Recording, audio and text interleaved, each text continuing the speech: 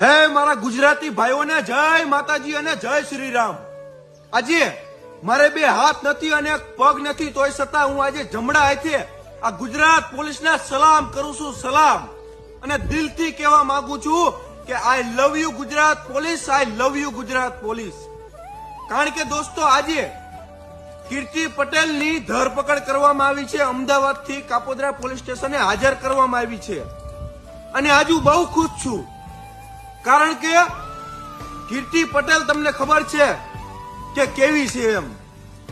ઘણા લોકોને બદનામ કરવા, ઘણા દીકરીઓને બદનામ કરવી, ઘણાના મા બાપને બદનામ કરવા, એ જો એના ઘરની તો નથી થઈ, પણ બીજાના મા બાપને, બીજાની દીકરીઓને, બીજાના છોકરાઓને બદનામ કરવા નીકળી છે। પણ આમ જો ઈ દુબળો હોય પણ ઉપરવાળો દુબળો ન હોય, કોક દિવસ તો એની હાથેડી બેડી હોય ને, પણ ઓલું નથી કેતા કે એનું અહીંયા જ ભોગવવું પડે છે। એટલે આજે દોસ્તો કીર્તિ પટેલની ધરપકડ થઈ છે, અને હું ઘણા ટાઈમથી ગળા ફાડીને તમને લાઈવ કરીને કહેતો કે આ એક ખંડડી છે, અને જેને 2 કરોડની ખંડડીમાં કેસમાં 1 વર્ષથી આ ફરાર હતી, પણ તમે બધા ત્યારે નહોતા માનતા, પણ આ સામે સાબિત થયું ને। પણ હું આજે ગુજરાત પોલીસને કહેવા માંગુ છું અને 2 હાથ જોડીને અપીલ કરવા માંગુ છું, કોમેન્ટમાં બધાય ટેગ કરો ગુજરાત પોલીસને।